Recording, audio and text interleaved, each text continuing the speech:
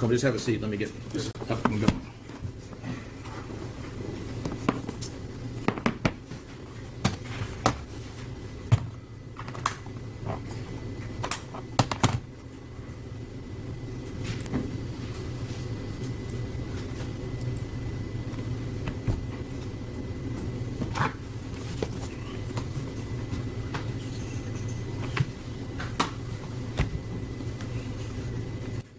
Good morning, everyone. I'm Judge Brandon Rayful.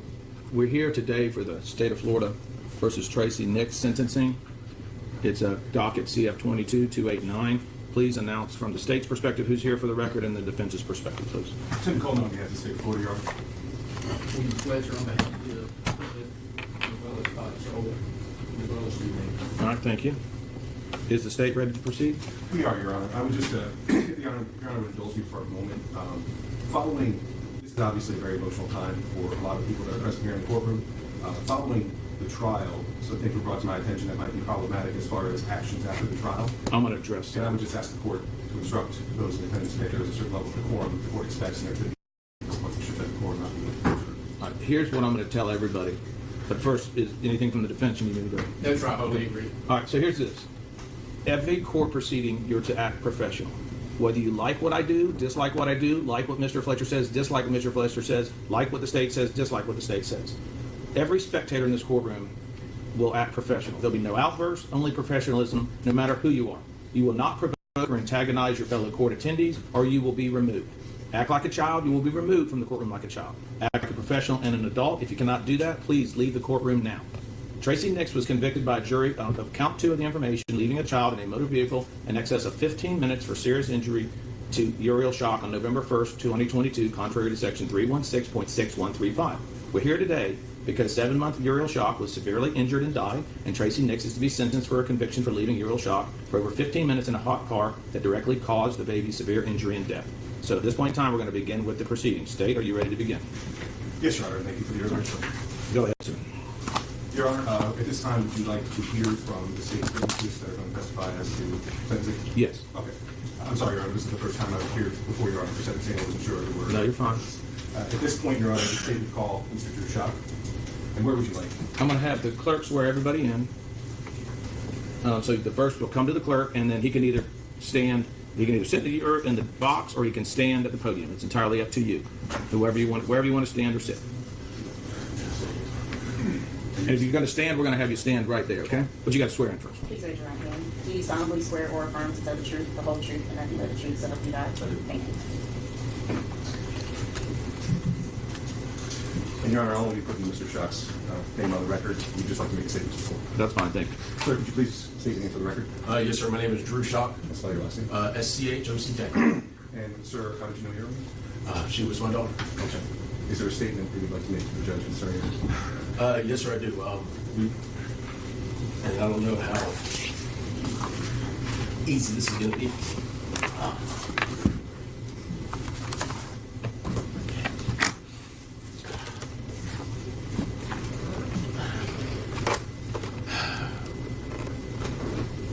I'm supposed to come up here and really explain to you about my child. We've been doing this for the past 2 years.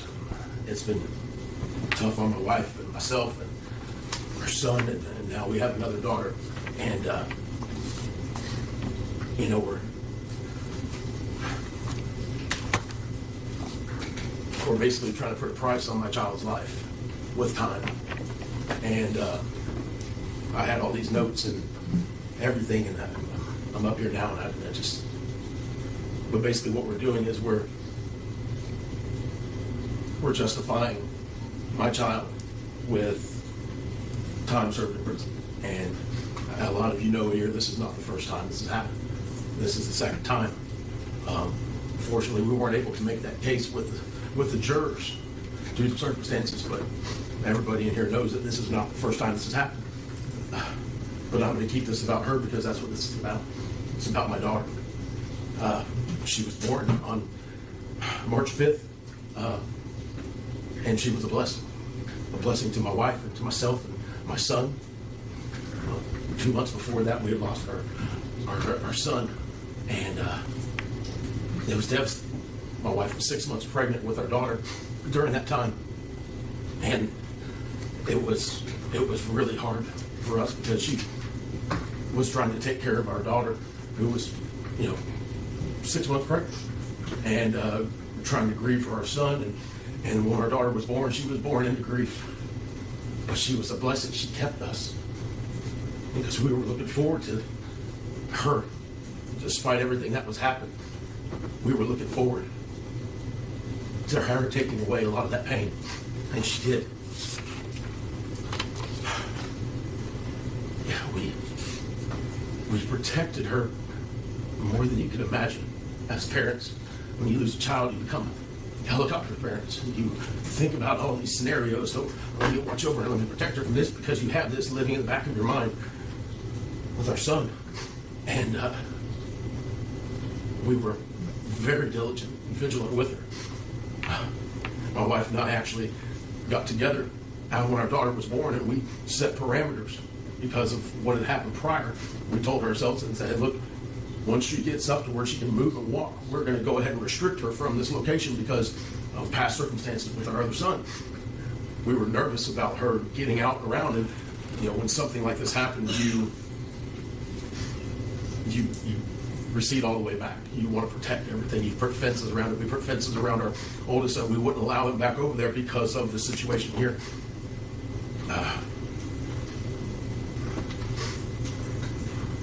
But it doesn't matter, no matter how hard you try. There's just some things that you don't think about.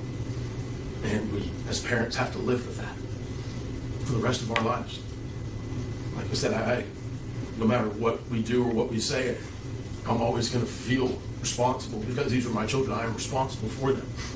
If we're going to carry this, and I'm always going to think about what ifs, or if I wish I would have done this or done that, or if we would have known details about the prior one, if we would have.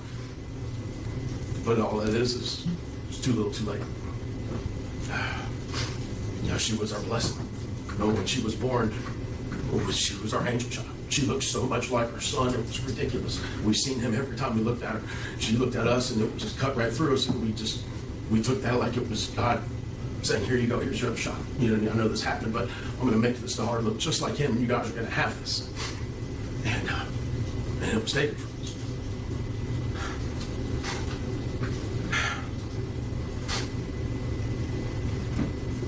Like I said, it's tough. My wife and I sat here through all these court proceedings, and we had to sit here and listen to people speak as if they knew what was going on, as if they knew what was happening, and none of these people had a clue. Now, once they asked us, hey, Drew, what happened? Hey, what really happened? That's what I would have loved to have told them. How everything happened, how everything went down, because it was not how it was portrayed in the courtrooms. And I was planning on coming here and explaining all that. But in the end, like I said, the result's the same. I'm standing up here in front of you guys, defending my children from a woman who took them away from us. To me, that's insane. It's insane. She's done this twice. And the fact that we're debating whether or not she deserves jail time is just insane to me. She took 2 lives. To me, it's black and white. But my wife and I are the ones who are going to have to live with this. They can go and do what they want to do. 20 days locked up. They're done, forgot all about my children. Forgotten all about them within 20 days. Like it never happened. Going off, doing their own thing, living their own life. Making her own friends. She's not grieving. Not at all. This is the pain that my wife and I wear. Nobody else. We're here for justice. That's what we're here for. For the memory of my kids. I just ask the judge, don't let this be in vain. Because I got a son who still asks about his sister, who still asks about his brother. And as parents, we still haven't told them. But now my son's asking me what happened. And as a parent, that's the hardest thing. because he's wondering, Dad, why'd you let it happen? I told myself, son, I don't know. We didn't see it coming. We didn't expect it. We didn't think that this would be something that would happen. Not once, but twice.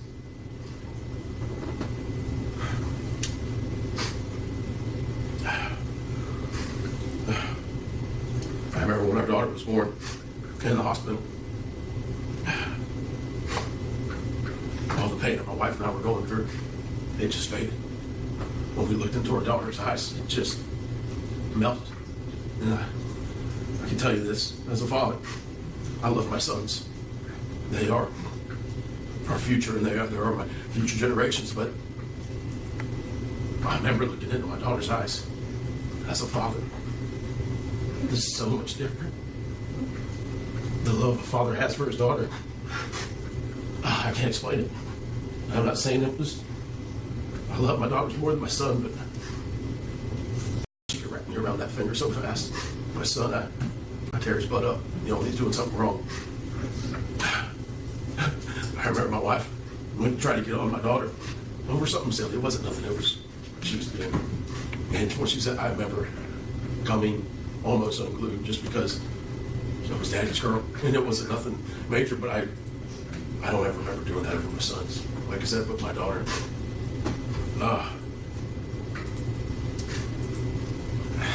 To have that taken away. Now that we have our daughter,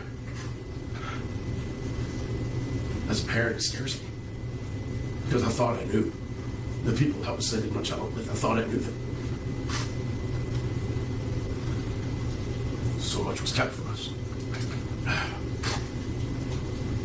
If we had been made aware, we would have made other arrangements. If we had been made aware of the medications, if we had been made aware, we would have done things differently. And I blame myself because part of that was just wanting to really believe that she was different. I didn't want to tear apart a family after going through so much. With this, I didn't want to destroy this. This was my wife's family. Like I said, they had their house dedicated for kids. They had a room set aside especially for kids. And I didn't want to take that from my son. And I wanted my daughter to have that. Now it's pipe dream.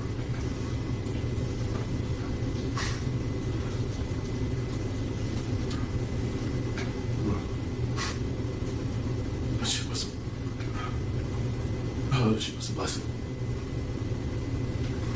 I blamed on going through and that day, but I can't still be up here and talk. We've had to relive that moment every single day. Every time it's in the paper, we have to relive it. Every time it's just so for me to sit up here and talk about that day. I'm not. Everybody was familiar with what happened.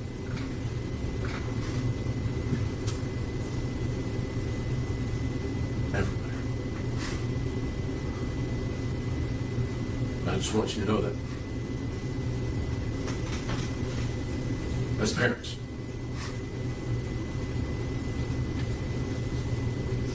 what would you guys do in my position as a parent if this happened? Not once, but twice. All we can do as parents is try to see it through. That's all we can do. Just make sure this doesn't happen again. Because nobody thought it would happen the second time.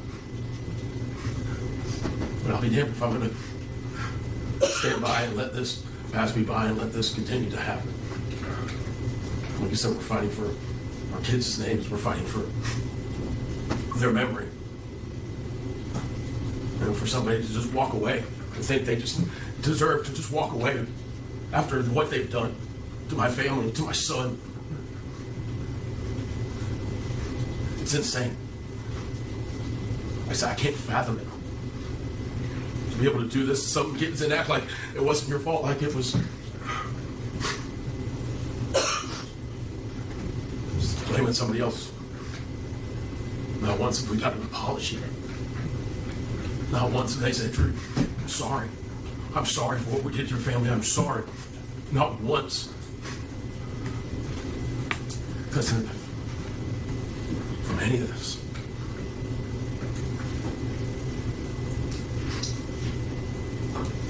I just want you to know this. I'm going to continue to carry their memory. And that's the way I know how. I'm going to continue to raise my sons and raise my daughters to do what's right. To be God-fearing children.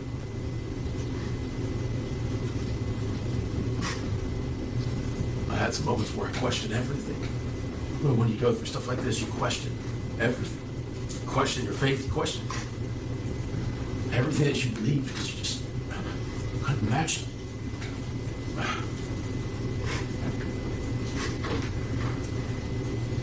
But through that, you just, God brings you a daughter like we have now, Ezra.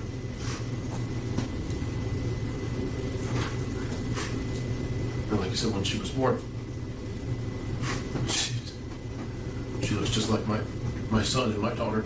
It's the craziest mixture. But I see both of our kids in her now. And it's hard for me to still question everything, because in the strange way, God has a sense of humor. He gave me what I lost and put it in this little girl who has me wrapped around her finger. And right now she's about the age that we lost Uriel. And I see her, and I see my daughter in her. I think about that accident. I think about how you can do that. We live in Florida. It's hot all the time. I know everybody knows it. You leave your car parked in the parking lot for an hour. You go to get in it. You imagine how fucking hot it is in that car. You get in, you go to the grocery store, 30 minutes. You get out, it's blistered inside that car. Every time I do that, I think about what my daughter went through for hours by herself, screaming. I can't not think about that. For what? For what? In a hurry? But I'm reminded by that every single day. Because every single day is that temperature. Every single day I get into my truck and I feel that and I think of my daughter and my heart breaks. Because I can't imagine. But I have to, because she did. She sat there and suffered and screamed and flailed. We had already gotten to the scene. Everything was packed up. We went to the hospital.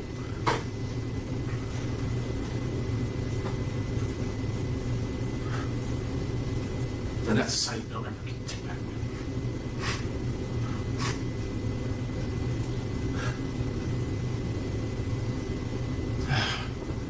Something you don't ever unsee. The love of your life laying there 11 months before, 11 months after. Going through the same thing. It's deja vu.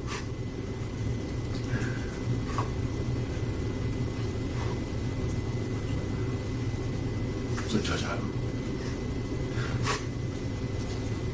as a parent,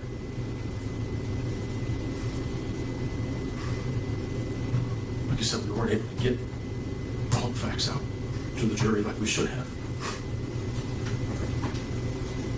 Because nobody in their right mind will let this happen twice. Twice.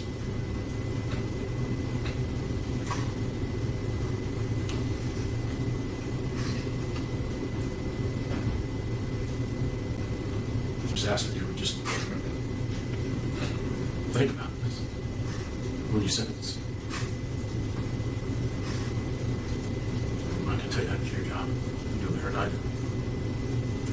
All I can tell you is that this is something that we will have to suffer with for the rest of our lives. My son no longer has a brother or a sister. Take it away. That's something that we're going to have to live with for the rest of our lives.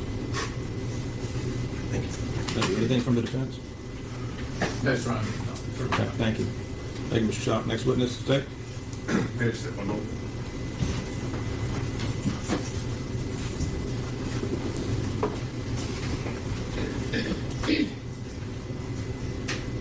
Your Honor, the state would call Taylor Nick shot. Okay.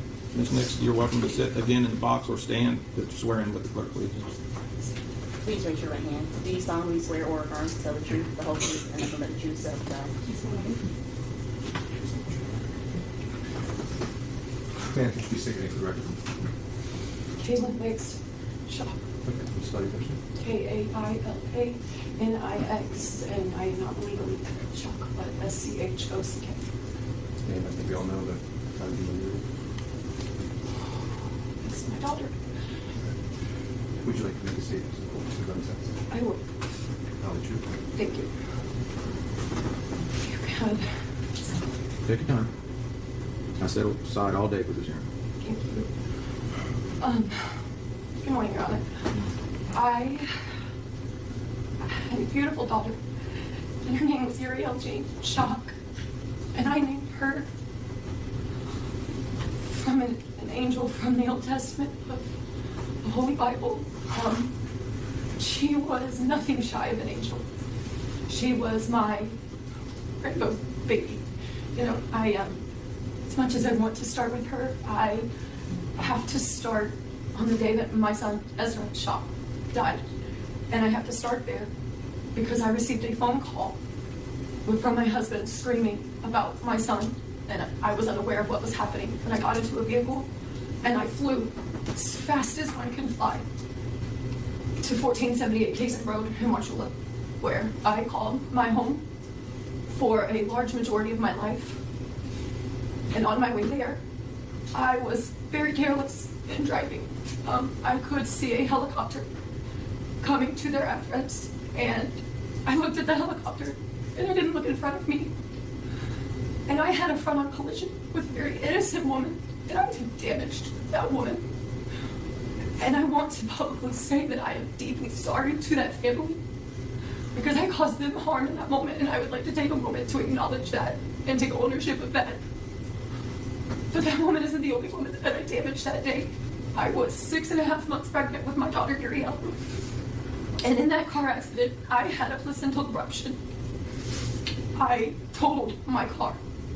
I bailed out of the passenger window with all the airbags that fell on me, climbed through the glass, barefoot, took off running down the street to 1478 Kazan Road. And I was so stricken by grief with Ezra that I already had put her in danger due to one circumstance. And as I lay there in Tampa General with my son, I demanded an OB team come down to the NICU to sit with me, because I could not leave my son, but I could not harm my daughter anymore. And I sat there for what felt like weeks, but I'm aware that it was less than 24 hours. We decided that my son was brain dead, that he had realistically died at my parents' home, and I revived him. And so I lay there with my husband in my bed, in his bed, 6.5 months pregnant with Ezra's sister, while we took him off of life support and held him next to me, Uriel, while he died. That was the closest they ever were together on this earth, was her in my stomach, harmed by me, while he died.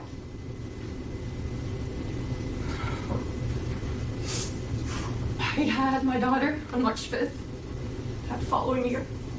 I had been on very strict bed rest. My sole obsession was Uriel. I had been told by my doctors that I needed to choose.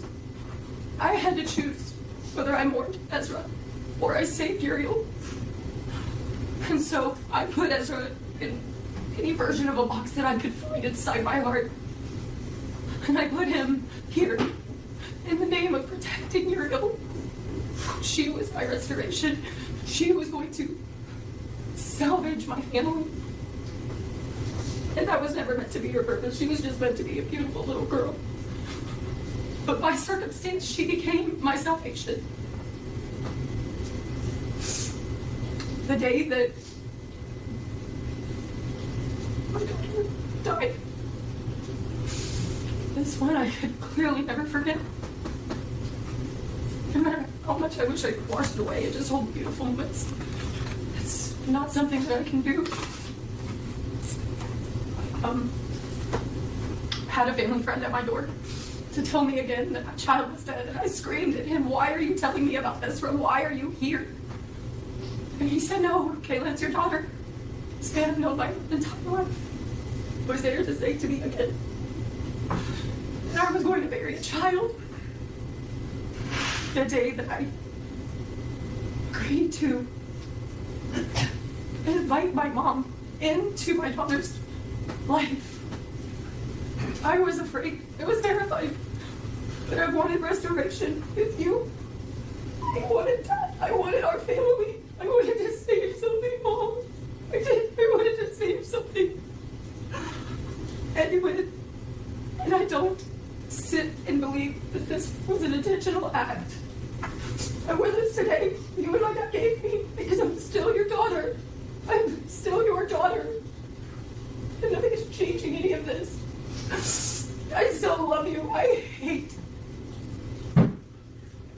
this. I hate that I have to choose. But you know I had to. And it doesn't change my heart. She was gone. I walked in with my husband to the hospital to identify her body. And I've never felt, well, actually that's not true. I felt that air leave my body before. When Ezra died in my arms, I felt it. But this time she didn't die in my arms. She was just there. Gone. My beautiful Hitler was gone. The officers on site were concerned for my physical safety in that moment. They could not rationalize how one human could bear the weight of this reality, at which point they decided to take me to Tri-County. And it's not something I've spoken of before, but they brought me to White Oak, and I was on the other side of the door, and I could hear you on the other side of the door talking as I sat there. And I just remember feeling so alone in that moment. So alone, because the other thing in my head was that Drew was alone with Asher, telling my son that his sister was dead. And his next question was, "Where's my mom?" And I don't even know what he said. I don't know what he said. But I know I wasn't there for my son. So they transported me to Lakeland. They didn't have room for me there. I sat in a chair in the lobby next to the nurse's station while they made fun of me for giving another opportunity to the person who had already taken so much. And the entire night I didn't sleep, and they talked about me. And all I wanted to do was talk about my daughter, and I couldn't say a word to anyone. I was completely and utterly alone.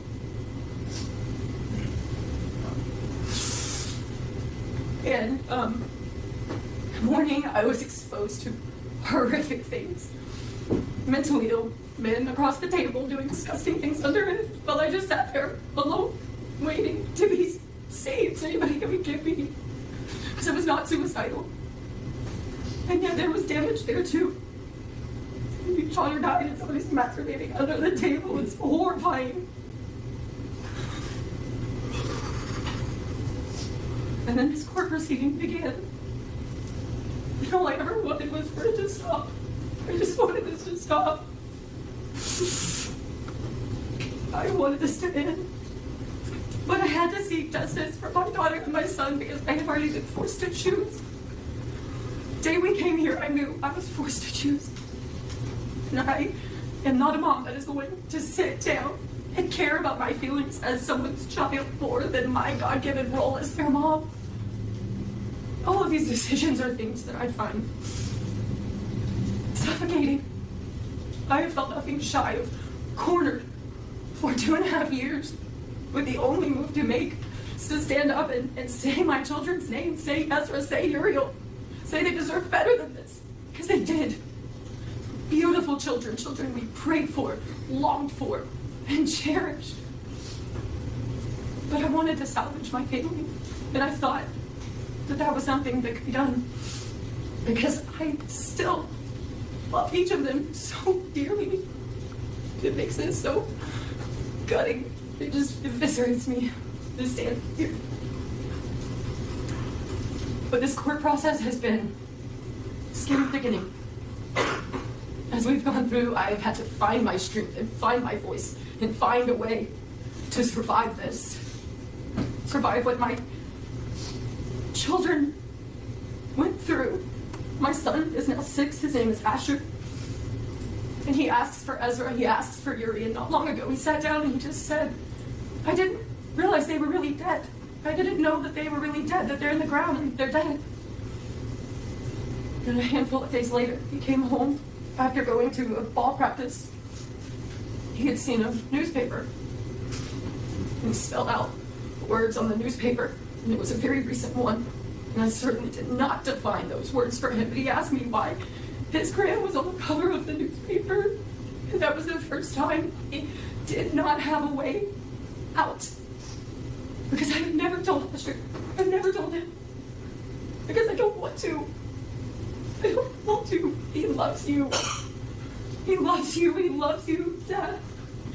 He loves you guys so much, and y'all's presence are missing from his life in a way that I didn't get a vote in. And it's caused more than just my dead children, which is so heavy. It has caused my relationships with my family, my parents, my extended family. I have never felt so alone. Ever. It isn't about my feeling. It is about what I know. And what I know is that my son drowned on a very cold day in their pond, and he drowned alone. And I know that my daughter died on a scorching hot afternoon, alone. And I had to step out of the courtroom during the trial while they described those details, because I don't feel mentally capable of hearing those more than the times I had already heard. But that absence in that room in that moment did not lessen our presence there. We have a son and a daughter that we have to go back home to.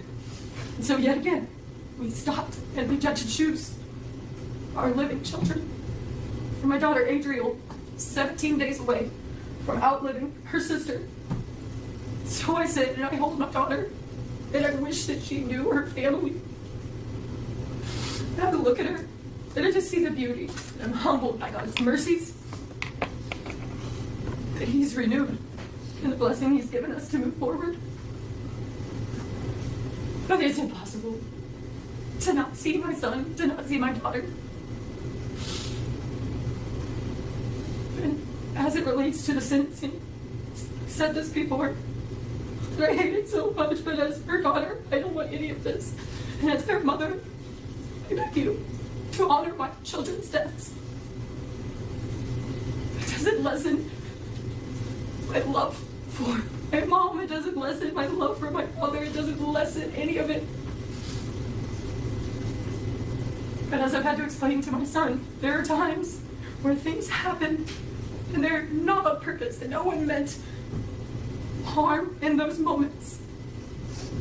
But there are real consequences. And this is a moment that I struggle to say that. Because I just want some version of family that I've lost. Family my children have lost. It's not coming back. And while there's room for restoration, I do put forth the request that you will honor my children's deaths when you consider the sentencing. And I love you. That has not changed. And I appreciate you. Look at me. Thank you. Thank you, Your Honor. Thank you. Any cross? All right, thank you, Steph. Next witness. Thank you, Mr. Jones. I do. Seems to further witnesses, Your Honor, and we would just have a recommendation of the court. Okay. Defense, do you want to do your witnesses first, or have the state do the recommendation now, and then you present your witnesses? I'd ask that the state do the recommendation. All right, state's recommendation, please. Yes, Your Honor. I don't know what process the court goes through with determining a appropriate sentence, but I can imagine it's a lot like the state when they make a recommendation. I think Your Honor and the attorneys in this court are in a unique position in which we're in a system and we see a lot of things, and we realize that everyone knows there's degrees of crimes, first, second, third degree felony, but we also learn in the system that there's degrees within those individual crimes. And when I look at this case, I think you have to look at the severity of what she was convicted of, as far as on the spectrum for that individual crime, where does that fall? And Your Honor, I think you can only reach one conclusion. It falls on the most severe end. She was found guilty of leaving a job unattended in a car for more than 15 minutes, and it results in a great bodily harm. The great bodily harm in this case was a painful and torturous death. That's a fact. And in my next step, as far as making a recommendation to the court, to look at who was the victim in this case. And in this case, it was a 7-month-old. A 7-month-old is wholly dependent upon the person responsible for them, not only to be happy, not to be healthy, but to be safe. The fact of the matter is, the victim in this case should have been turning 3 years old last month. And she's not. Which brings me to the who. And in this case, who committed that crime? What position was the defendant in? She was grandma. Next to mom, she should be the safest person. And dad, she should be the safest person that you're a victim of. Not only was her grandmother her grandmother, she was a woman, as I'm sure you're going to hear, that was involved in the education of children for her entire life. She was a woman who had children of her own, who had grandchildren before that. And most importantly, and I believe both Drew and Kayla touched on it, she is in the unique position, more so than anyone in this courtroom, to know what happens when you let your guard down, when you're responsible for someone who's wholly dependent on you to live. That's the process the state goes through when we're making our recommendation. And I hope the court will go through the same type of process, because I think when the court goes through all that, I'm not going to go through the facts, you understand that, but when the court goes through all that, we're dealing with a third-degree felony that's punishable up to 5 years in Florida State Prison. 5 years is wholly inadequate for the damage that was done in this case. But I think when you look at everything, when you go through that process, when you look at who she was, who Uriel was, and what happened to her, while 5 years in prison is wholly inadequate, it is the only thing that's appropriate. As Mr. Schock said himself, when the court goes through that analysis, it becomes black and white. And I think the only thing that is appropriate for this court to do in this case is to sentence the defendant to 5 years before the All right. I have your score sheet at 44 points. Defense, before you begin with your witnesses, do you have any additions, corrections, or deletions to the score sheet? Here you are. Okay. State, I understand the score for severe injury is 40 points as opposed to death. And I think you're doing that based on the Brown v. State case 24 Southern 3rd 562, which cites the 3.704D9 that says victim injury must not be scored for an offense for which the offender has not been convicted. Since the manslaughter charge was acquitted, you're not scoring that. Is that correct? Your Honor, I think you went ahead and pulled exactly what I looked at before I submitted the case law. Additionally, Your Honor, because the legislature didn't put death or serious bodily harm, I think the verdict on the first part kind of determined what was appropriate. Correct. Instead of a 124-point sentencing score sheet, it's a 44-point sentencing score sheet. Yes, sir. Okay. All right. Defense, you agree with that? Yes. Thank you. Defense, please go with your whichever one you start with. Jim? I'll call name next. Okay. Mr. Nix, come on up. Again, any defense witnesses can either go from the podium or the chair. It's entirely up to y'all. Just take a seat wherever you're standing. Do you solemnly swear or affirm to tell the truth, the whole truth, and nothing but the truth, so help you God? I do. Okay. Keep your first to stand here, Judge. That's fine. Entirely up to y'all. State your name for his own record. None, nay, Nix. Okay. You're Tracy Nick, husband, obviously. Yes, sir. You heard the testimony of your daughter and your son-in-law. Yes. Okay. After Uriel was born, how often did you keep her? Depending on the week, depending on what Kayla and Drew needed, we were keeping her anywhere from 2 to 5 days a week. Okay. All right. And you've heard them talk about the first child You were there, we've gone over that, you got a ruling on that. And I know you testified that Tracy and the baby were asleep and you slipped out and went shopping while they were asleep. Regarding the board. Yes. Okay. Did you, or do knowledge Tracy, try to keep any of those details from you? No, we did not. And Tracy had a red Lexus at the time of the passing of Uriel, is that correct? Yes. Did it have a child in the backseat? No, it did not. That was an option, and when we purchased the car, we did not get it. Okay. Let's talk about Tracy after Uriel's passing. What did she do in connection with the red Lexus? The Lexus became an issue in the garage, just sitting there. Tracy would not touch it, get in it, or drive it. She didn't want anything to do with it because it brought back too many memories. And so on a scheduled service date at the dealership, I drove the car there, get tires rotated and oil changed, and have them do their inspection on the car. As I was there talking to different salesmen, one of them struck up a conversation with me, noticed that the car we had was low mileage, and being a car salesman, offered me a really good deal to swap cars. I thought about it for a little bit because I also felt like that might be kind to Tracy to remove the car from our location. So my only question to her was, is the color okay? She did not have a choice in it. That's why the car is also solely in my name now. Okay. So you got rid of the red Lexus and you bought a new Lexus? Yes. All right. I want you to tell us, Honor, the changes that you have noticed in Tracy since the death of Uriel. Tracy mourned in silence, more at the house, more away from people. There wasn't any hope of really, other than the time that she went to Beef O'Brady's with some friends there, taking the baby with her. After that, there was no hope for us to really go anywhere in town to eat. She wouldn't go outside hardly at all. She used to love to do yard work. She'd spend hours online, and sometimes she would take a bath for days. You know, the days seemed to run together. Her eating habits changed over to Oreos and ice cream. She didn't care what she ate. And she wanted to, a lot of times, she didn't want to come to the other end of the house, you know, where the dining room was, or you know, where we had just a casual table. She wanted to eat in bed. She did not want to get up. She suffered. I hope this wasn't intentional, but social media and the news media were brutal, and a lot of the information that was posted was totally incorrect. They didn't have the full story, or they only had enough to make it sensational. Her sleeping habits were all over the road, but she got to where she'd stay awake till 1 or 2 o'clock in the morning watching TV or surfing the internet, and then as soon as she woke up at 7 or 8 in the morning, TV had to be on again.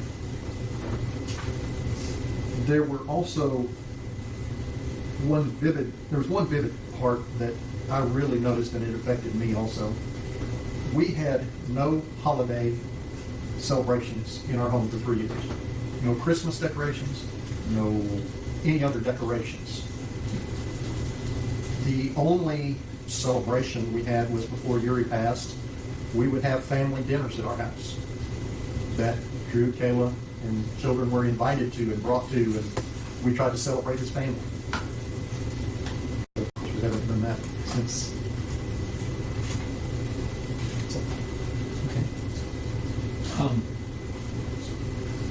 You had some pigs at your house. Yes, we did, in enclosed pens. Our other 2 grandsons had 4-H and now FFA pigs that we allowed them to have at our house because, of course, we were further out in the country, and they were able to come and work with them, clean up after them, feed them, water them, and on occasion, the boys would want to go fishing in the pond, would want to do stuff. Tracy never ever came out. Tracy never spoke to them ever during that time. Whenever those boys were there, they were outside with me and me only. What about after Uriel's passing? What did she do regarding her hobbies? Two of her hobbies were very important to her, only because she was passionate when she did something. One of the hobbies was wanting to learn to play the piano. As soon as Uriel passed, she hasn't touched the piano again. I continue to wonder if I need to get rid of it, move it out, try to be kind and remove that from her view if she ever got to come home. The other is she loved to do oil paintings and drawings. And she used to be very proficient in those and could do them, do an individual unit fairly quickly. But since Uriel, she would start on one, she would paint some background, didn't like it, paint over the whole thing. Sometimes she'd do that 3 or 4 times. She just couldn't focus enough to get back at it and get it finished. And she just got to where her painting just stopped. Tracy was taking medication during this time. Yes. She had been taking medication for many years. Yes, sir. Okay. Did you have any knowledge as to whether these medications were affecting her? At the time, no. Looking back now, after I've been reminded of it, after I've had it explained to me, and after I've read about it, I look back now and say, yes, there were changes. I won't get specifically with you. Yeah. Since your passing, has Tracy been to counseling? Yes, Can you tell she me has one, I believe it's psychoanalysis. We would drive to Punta Gorda once a week, and once a month she would go to, I believe it was a psychiatrist. Again, I'm not sure of the actual name of their specific talent, but going to the one in Lakeland was the doctor that could issue her or prescribe her medications if she so judged that she needed. After a year and a half, the doctor in Punta Gorda left their practice, moved to New York, and we were able to find a comparable doctor in the same building with the other doctor in Lakeland. So we consistently, once a week, would go up there. Did she also have some inpatient treatment? She had inpatient treatment first at Peace River You know how Center. long that was? That was for 2 weeks. And then I hunted all over the eastern United States trying to find a facility that Tracy felt like would help her. She had specific criteria of what she felt like she needed help with. And so I hunted, and finally was able to locate a facility up in St. Cloud. And that facility allowed her at least a 30-day treatment. I think it was actually a little longer than that, but she was able to be inpatient. I was able to visit her once a week on a Saturday, but that was it. There was no other discussion or conversation with her. Do you have family photos at the house? Yes, we do, of all of our family. Still there? They're still there. We still have pictures of Uriel and Ezra and Asher, and we have Adriel, and we have our other grandsons, our other daughter and son-in-law, Drew, Kayla, and our extended family, all on the same rotating picture screen. I'm sure you love your daughter, Kayla. Yes, I do. And it has been difficult to follow the direction of the court that we not talk. I tried to go to visit with Asher some. We tried to remember every birthday, every time, for both Asher as well as Drew and Kayla. Kayla, I'm sorry, Tracy loves her Yes. kids and her grandkids also. Yes, Sure. very much so. Thank you. Any questions by the state? Go ahead. Thank you. Next witness, Mr. Fletcher. Call Dr. Ezra, Your Honor. All right, let's bring him on up. What's his first name? Is that correct? Please raise your right hand. Do you solemnly swear or affirm to tell the truth, the whole truth, and nothing but the truth, so help you God? You know, sit. Sit your. That's fine.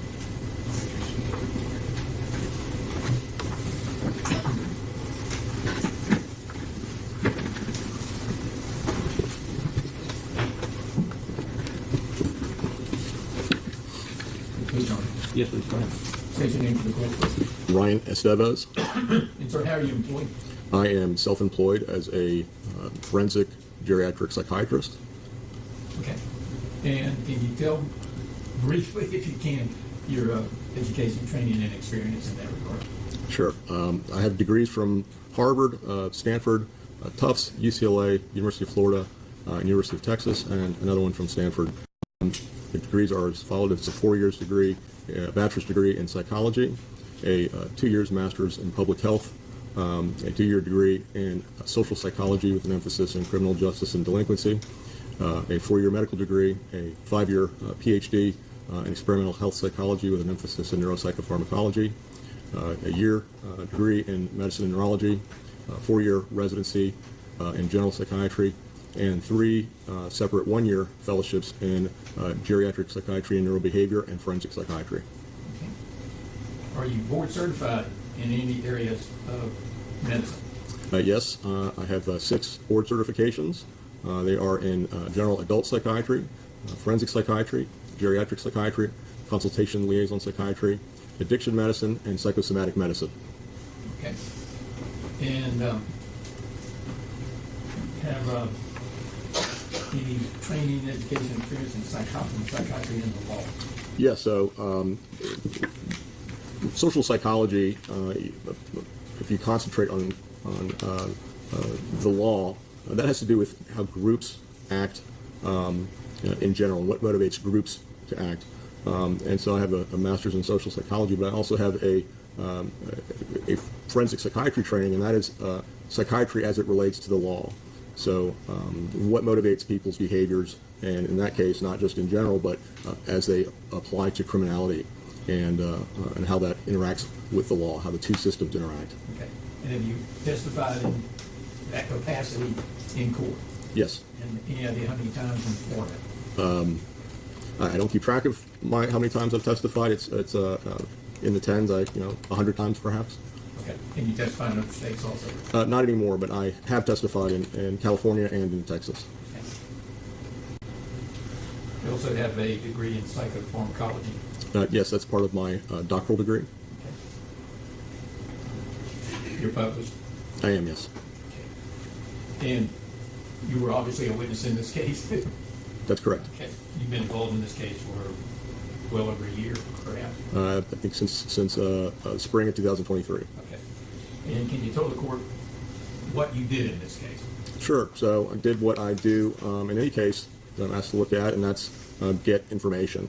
I requested all of the available medical and police and any other information that might be relevant. In her case, it was around 1,100 pages of medical records. Those include outpatient medical records from the last 10 plus years, the inpatient records that were from Peace River, psychiatric hospitalization that she had, as well as the inpatient records from Blackberry, where she was at. I also went through all the police reports, the discovery documents, information pertaining to the actual event, spoke to anybody that would speak to me, friends, family, colleagues.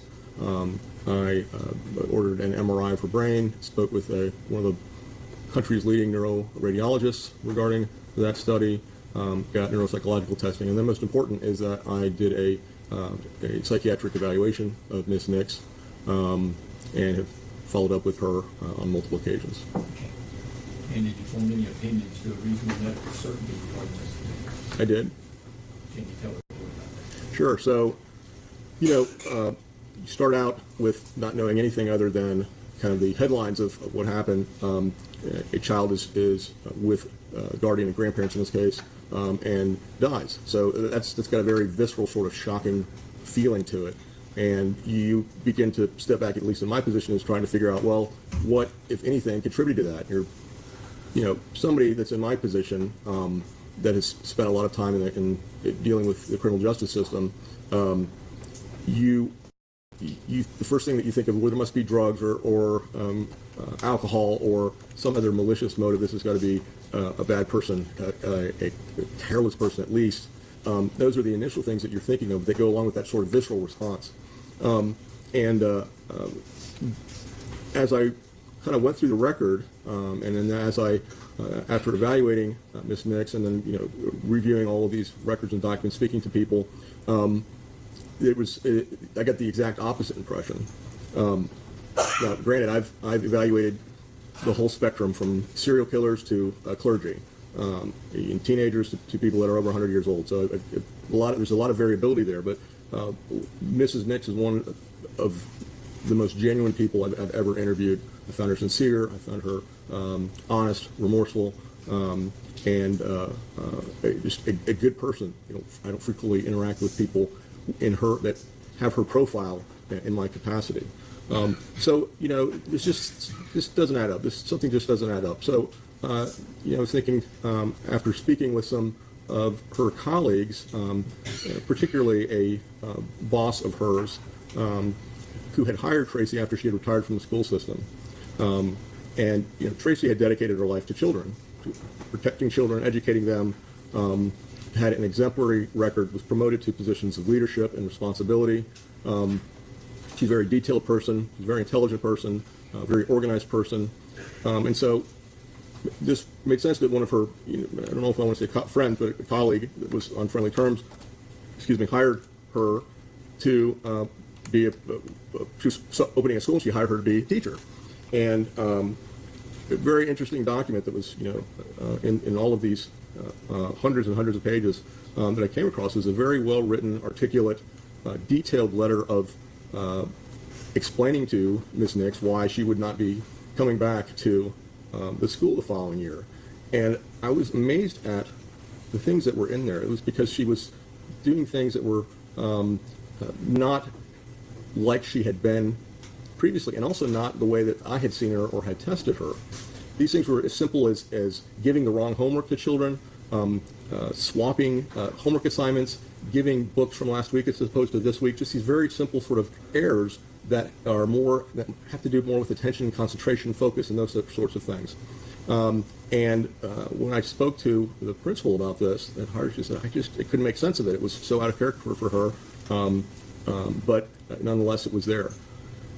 And so this did not reconcile with the testing I had done with her and the testing that I had then gotten, further testing with a neuropsychologist that said that she wasn't having difficulties with her attention, concentration, and focus.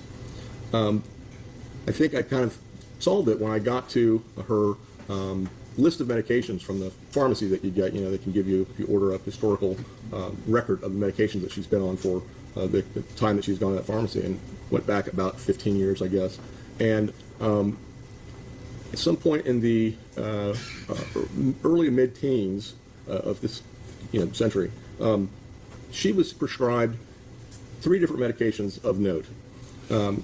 She has something called fibromyalgia, and that's a chronic sort of vague, I would say, disease that affects your joints and your muscles, but in different places. You can't always pinpoint, but it can be very fatigue-causing. Sometimes it can hurt really bad, other times not as much, but it's a chronic sort of thing. So she was prescribed a muscle relaxant for that, a muscle relaxant called cyclobenzaprine. And there's 2 things that are notable for that. Number one, we know that medication does not work for fibromyalgia. So that's one thing. Another thing is that we know that medication is sedating, but it also has a property in it called anticholinergic property. That just is a fancy way of saying it has a specific side effect that targets the brain and can affect your attention, focus, and concentration. Okay? So she was taking this medication, which I thought was interesting, and she was taking it for years. She was also taking some Ambien, that's a Zolpidem, that's called a Z-Med, That's a medication that we also know it's actually got a package insert warning that it can cause issues with clarity the following day after taking it. And it's only supposed to be taken for 8 weeks, and she had been prescribed that for years. At about a You're only supposed to take it for. well, according to the package insert, yeah, that was the only the intention of the package. According to the package insert, is to only take it for 8 weeks. So a short-term fix for insomnia. Now she has something called sleep apnea. So it's another reason you wouldn't give that type of medicine to somebody with sleep apnea. You do other things, behavioral interventions. She takes what's called a CPAP machine to help her sleep. But there are other things that you should do if you're having difficulties with sleep. So that's another one. And then she was given another medication called lorazepam. That's a benzodiazepine, which is also supposed to be only taken for a few months because it's got the properties that are addictive, but it also can cause sedation, lethargy, and difficulties with attention and concentration. So what it becomes more meaningful, these medications have exacerbated side effects as you get older. So as you get older, this happens to everybody, your metabolism changes because your body changes. You have a higher percentage of fat and water to muscle. Your liver is not as efficient. And so medications that can be tolerated, let's say, by somebody in their midlife or earlier, a young person, can disproportionately or even dramatically affect somebody that is elderly. So this is a phenomenon that's been very well known, very well described, so much so that the doctor with the last name Beers, like the drink, came up with a list of medications, this is back in 1991, whose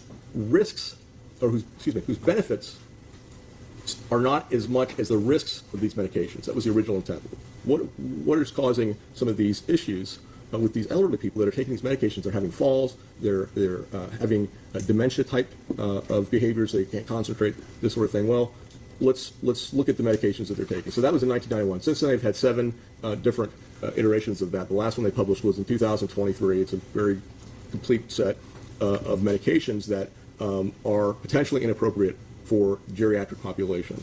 So these are medications that, this isn't controversial. This isn't like that some people say, well, no, those are fine. It doesn't mean that you can't prescribe it, but you better have a really good reason. There must be some esoteric or anomalous reason why you're giving it.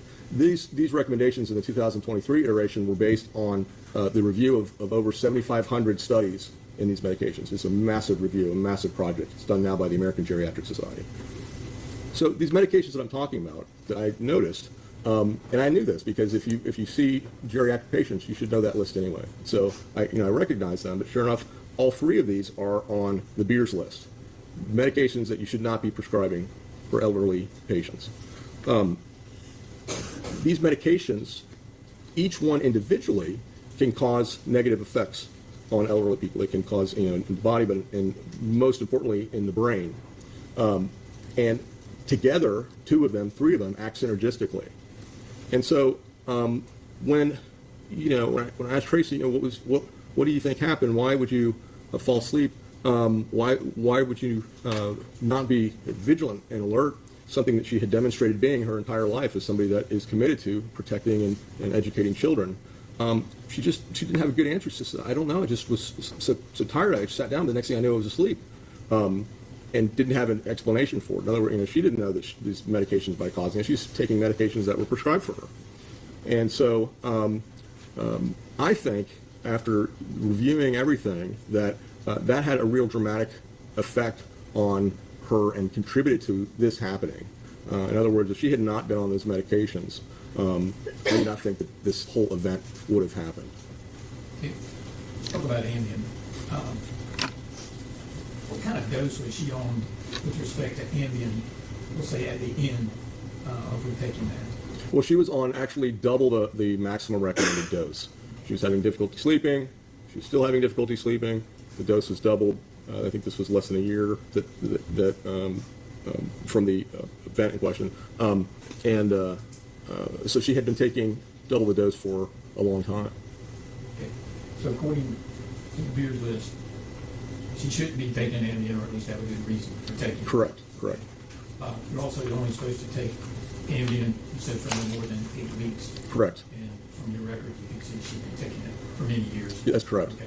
And at some point, before she ceased taking the Ambien? And do you know when she stopped taking the Ambien? Yes, I do actually. When she was admitted to the psychiatric facility after the incident that happened, psychiatrist, reviewed her medications, and the first day took her off it. Said, "Shouldn't be on these medications. You're off them." Okay. And in addition to the other things with respect to the Ambien, she was taking double the dose that a female should be taking. Well, I would argue it was even higher because the actual dose that's recommended for geriatric patients is lower than the normal adult dose. But when I was speaking previously, it was just the normal adult dose, and she was taking double that.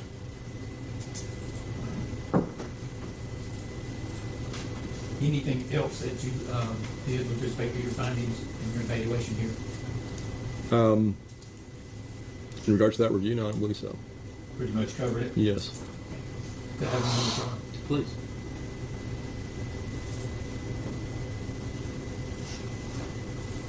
Would she be aware of these things?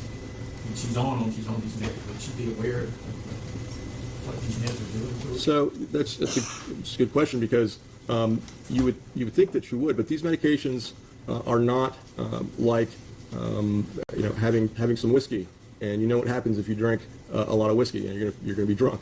You know that pretty quickly. One of the problems with these medications is that they build up over time. Let's take cyclobenzaprine. It takes approximately 15 weeks for the body to completely metabolize one dose of cyclobenzaprine. It has something what we call a half-life, which is a fancy way of talking about how fast a medication can metabolize a drug. Cyclobenzaprine has a long one. It is 15 weeks. So you can imagine taking it over time, especially if you're an elderly person, that medication is going to build up and build up and build up. If you're not metabolizing it as fast as you otherwise would, it's going to build up. And so you'll see these effects happen inconsistently during certain periods, like when you're tired, let's say. It would happen more so than when we wouldn't be if you didn't get rested well. And you would see them more as you age, but also the longer that you take them because of the buildup of these medications. The people closest to her, like her husband, they noticed these things, that maybe it was affecting her or it wasn't affecting her? I don't think so. They can. I run a memory disorders clinic, and I have a lot of people that come in that I pretty quickly know are experiencing some form of dementia, and I'll ask their spouse or kids, have you not noticed anything going on? No, not really. How about the three car accidents they've been in the last 6 months? Yeah, but he was tired during those days. So when you're close to somebody, and every single day, you're less likely to notice, first of all, changes that are happening. It's much easier to notice changes if you see somebody on one day and then you see them again, the same person, a month or 3 months or 6 months. Wow, they've changed, they've aged. There's a difference there. If you're with somebody every day, you're less likely to see those changes, especially if they're subtle.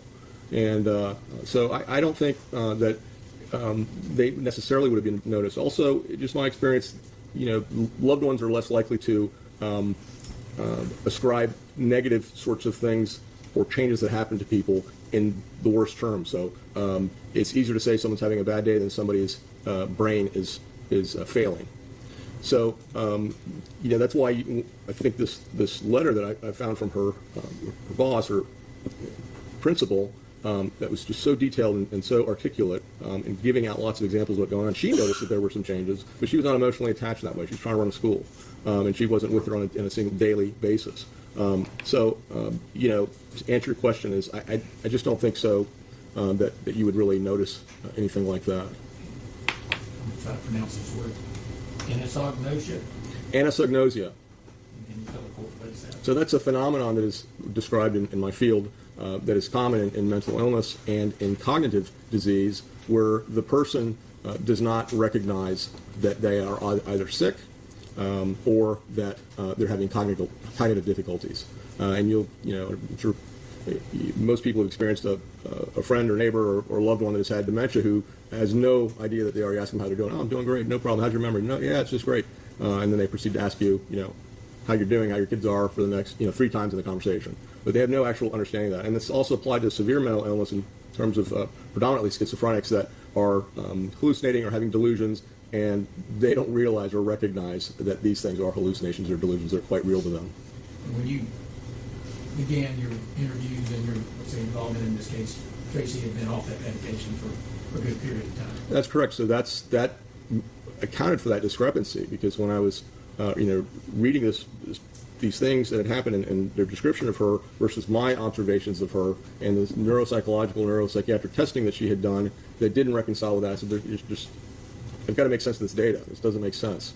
And she had been off the medication when I saw her over a year. When I saw her for the first time, a year plus, and so that medication finally had an opportunity to get out of her system. This medication, including the Indian, you indicated was prescribed to her long-term by her medical care practitioner. Correct. So it was a physician assistant, but Not a doctor, not an it wasn't. But he was her healthcare provider. He was prescribing the medications legally to her. She was taking them as prescribed. Okay. In your, say, hat as a social psychologist, you testified in court regarding the five components of justice. So as one of the duties that I've been trained on and that I've done many times is in mitigating and aggravating circumstances for sentencing. That's done predominantly in capital cases that I've testified in, but I've done some in non-capital cases too. Okay. And then look at that with respect to this case. Sure. So I think that. Can you tell the court? Sure. Absolutely. I think that there are multiple mitigation circumstances that are applicable in this case. We had just talked about the influence that I don't think she was aware of at all, that the medications were having on her and how that affected her cognition, her attention, her concentration. But there are also, I'll just go through how we describe them in my field. The components of that, there's 5 different components to the justice and the punishment aspects of that. And they're retribution, rehabilitation, restitution, incapacitation, and deterrence. And if you look at those individually as they apply to Tracy, and that's what courts typically ask us to do, because you can't apply those fairly unless you understand or know the individual.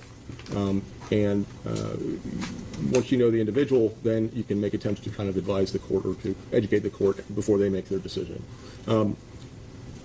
So what are these different aspects? So rehabilitation has to do with the idea of somebody typically with a substance abuse problem or a severe mental health problem needing to get that fixed before they can kind of join society and be a productive member of society. A lot of people that don't have vocations or kind of not do anything, get them vocational training. Doesn't really apply to Tracy. She doesn't have a substance abuse problem.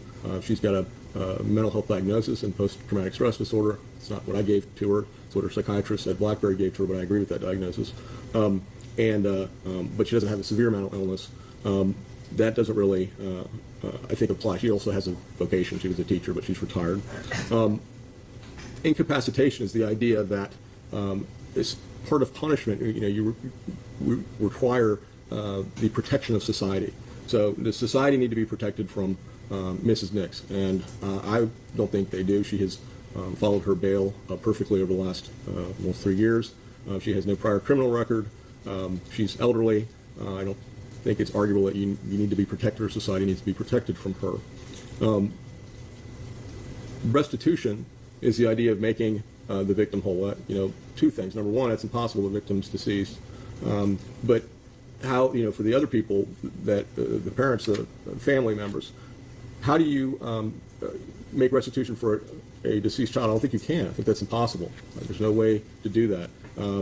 There was a civil case that they settled that is I think, attempted restitution. So the restitution that they could make, I think, has already been done in that sense, from a financial sense. But ultimately, that's not, I think, a real possibility in the death of any child.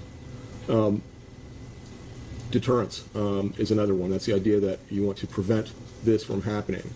I think that's another difficulty in this particular case, because this was not premeditated or purposeful action, and it's hard to deter a crime that's not committed voluntarily. I think that's kind of self-explanatory. I won't get into any more of that. And finally, there's retribution. That's the idea that you are punished because you deserve it. And that, I think, what is noteworthy for that is the fact that I think that Tracy has been punished in a lot of ways by this event too. I mean, I think that regardless of the punishment she receives from the court, she's going to carry this with her for the rest of her life. And it's something she carries with her every day. It's something that will never go away. I think that's just something that I think is going to be impactful on her and her relationships that she has, the way that it's impacted her family, etc. I think there are also practical reasons that have to be considered, such as does the state of Florida, the community, want to pay to have Tracy in prison? Is that a good use of resources? Can those resources be used in other ways? I would argue that it's not a good use of state resources to pay to have her in prison.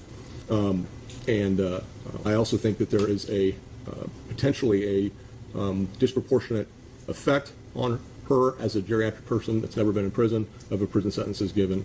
She's, I think, almost 67 years old, we know that geriatric individuals don't fare very well in prison. They kind of what we call age acceleration occurs in prison is the term that we use.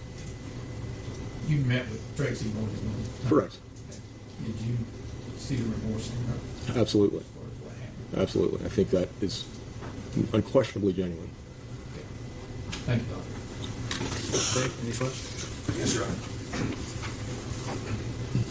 I apologize, I'm not a doctor, but so if I oversimplify things, I don't do so to insult you, sir, I'm just trying to understand. Is it your opinion that, and I think you said this, that this wouldn't have happened had she not been on the medication she was on? I'm just asking yes or no question. If I got it wrong, let me know. I'm pretty sure that's what you If you're going to force a yes or no question without any caveats, then I would agree with that. So is it, in your opinion, was she, the reason why she left Uriel to die in a hot car is because she was experiencing side effects from medication she was on? You're ascribing intent that I don't think she had. What I think is that, and what I argued was that her attention, focus, concentration, and energy were affected by the medications that she was on. I'm asking you very particularly, can you tell us that was affecting her at the time she left Yes. Uriel to die in a hot car? What can you point to show us exactly that she was under the effect on that day? What can you point to? Well, I told you, went through that at length about the effects. You want to go through the medications No, again? I'm not asking for your opinion based upon medication. I want to know, is there any one specific thing you can point to that day that shows us you're correct in your opinion? Like, she was acting in a particular way on that day. Can you point to something that shows this demonstrates, other than leaving during a hot car to die, this demonstrates she was under the effect, she was experiencing the side effects from medication? I think it's a natural deduction from the review of all of the evidence. So let me ask you this. You talked about your review of the evidence. There is a video in this case of her at Beefo Brace. Did you review that? Yes, Okay. And so you got to see how she interacted at Beefo Brace. correct, You got to see how attentive she was to Uriel. correct. You would agree with me she was very attentive? I do, yes, You agree with me she took care of her needs? correct. You would agree with me that she brought in a backpack full of supplies for Uriel? I don't remember that specifically, but I'll take your word for it. Fair enough. You would agree with me she didn't forget Uriel in the car at Beefo Brace. No, she did not. And when she left, and she was there for, what, over an hour? I don't remember how long she was. I would assume it was that. So for an entire lunch. Sure. And you would agree with me that she didn't leave the restaurant without taking Uriel with her? I would agree with that, yes. And you would agree with me that when she got back to her car, she put her in a car seat like a person should, right? Correct, Strapped her in? correct. Okay. So you would agree with me that what you saw in that video is a person who is not exhibiting any side effects that you're talking about? I would agree that in that particular instance, you could not see them from the perspective of somebody taking a video of that. So you would agree with me that the person that we saw interacting with Uriel, taking care of her, supplying everything she needed, in that video, didn't exhibit any of the symptoms that you're talking about? At that particular moment, not necessarily. And that was 15 minutes before she got home and this incident occurred, is what the video Correct, is. correct. Okay. Now, as part of your opinion, too, when you were asked about your opinion, and I'm just trying to clarify, you said that you believe the defendant is a good person and a genuine person? I do. Is that your expert opinion? That would be my expert opinion, yes. And the defendant's paying you here to evaluate her, correct? Or her attorney is. And then you're being paid to testify here. I am not being paid to testify. I'm being paid for my time. Okay, but you're getting money for being here today. I'm being paid for my time, yes. Okay, no further questions. Any reader? You changing your opinion to the court as a result of this question, sir? Well, just that I think that I want to reemphasize that it's not an all or nothing phenomenon if you're being affected cognitively with these medications. First of all, there is going to be an effect that fatigue has. I would argue that the lunch, if anything, contributed to the fatigue that she had, but also that these things are not predictable and are inconsistent. There's times that she's going to be better, times that she's worse, much like somebody that has a dementia or cognitive impairment. There's times that they're doing great, times that they're on. Conversations that they have that are good, conversations they have that are not, and that is very difficult to predict and just very inconsistent. When you're sitting in front of a child and seeing the child, it might be easier to not forget. Of course, if you have that, absolutely, if you have that stimulus right in front of you, it's much easier to attend to than a stimulus that's not there. Thank you, sir. Excuse, yeah, maybe excuse sir. Defense, next witness.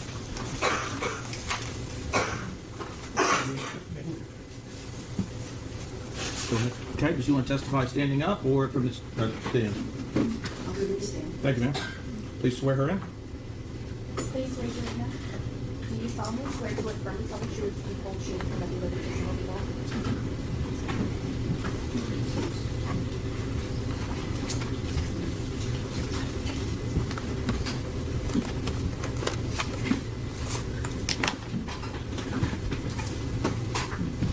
Go ahead, please, Your Honor.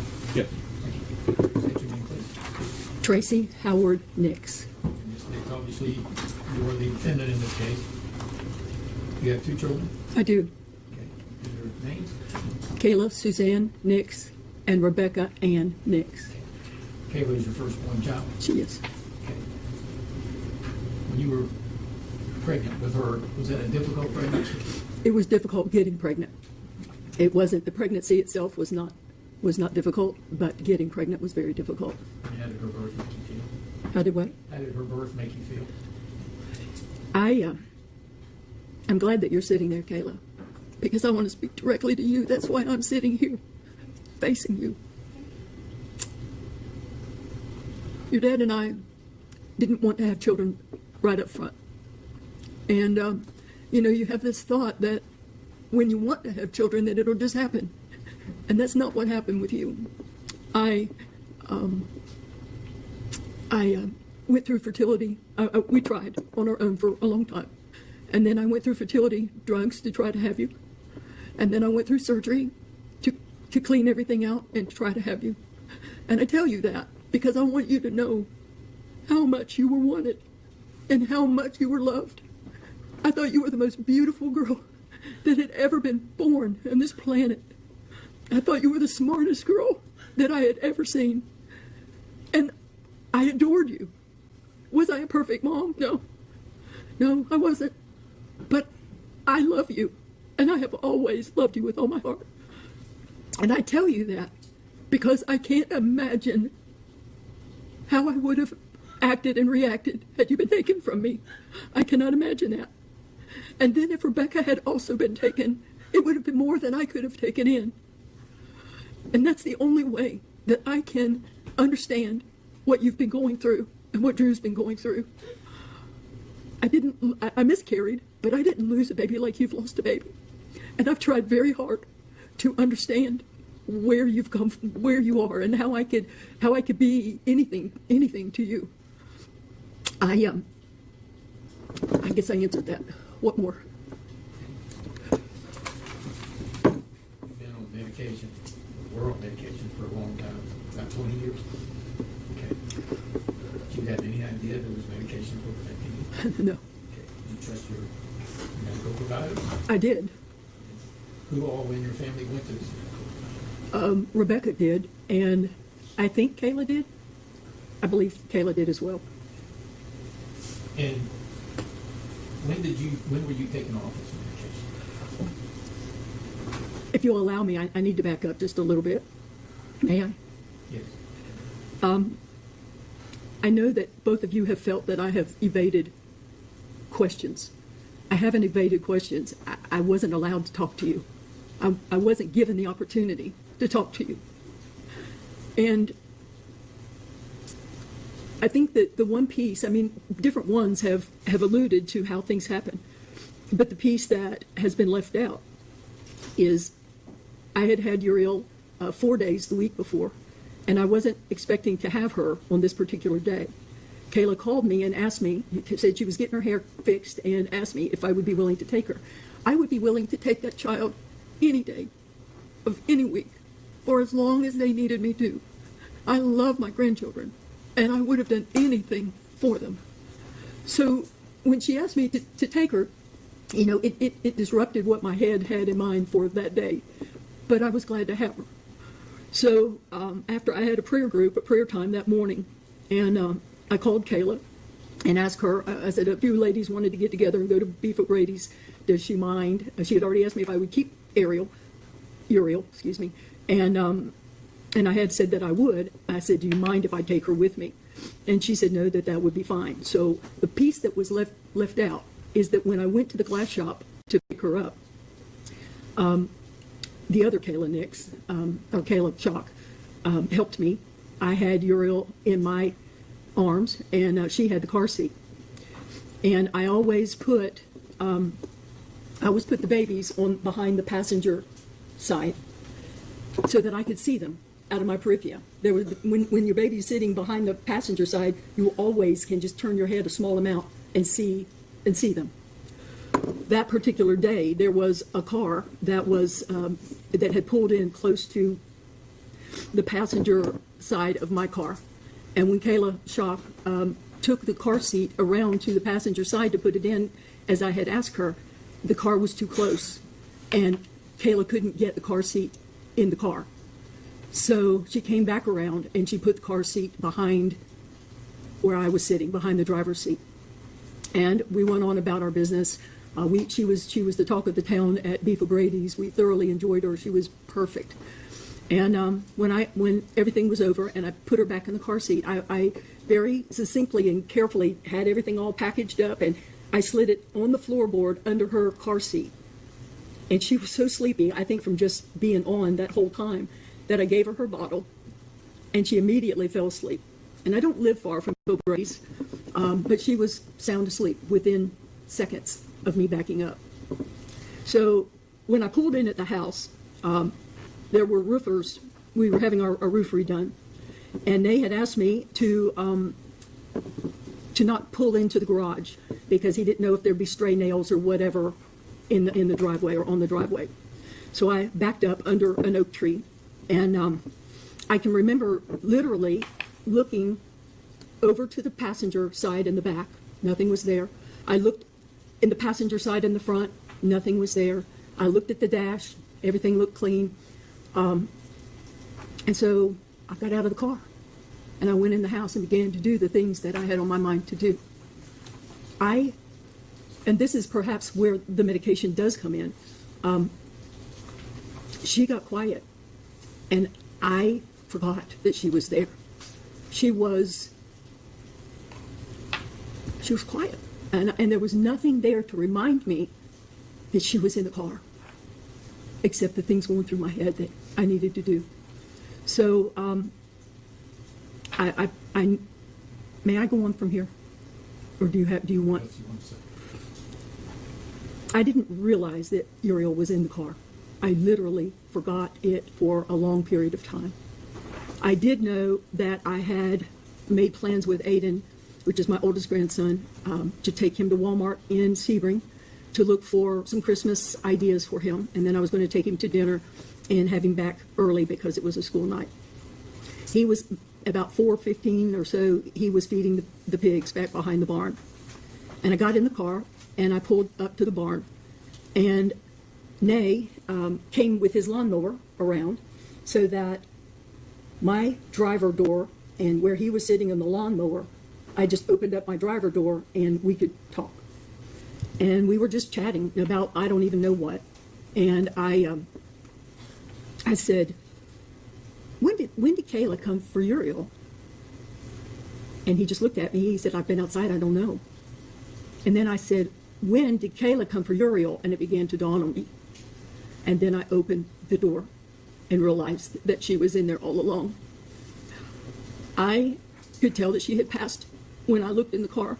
And I ran back behind the barn to the west side of the barn.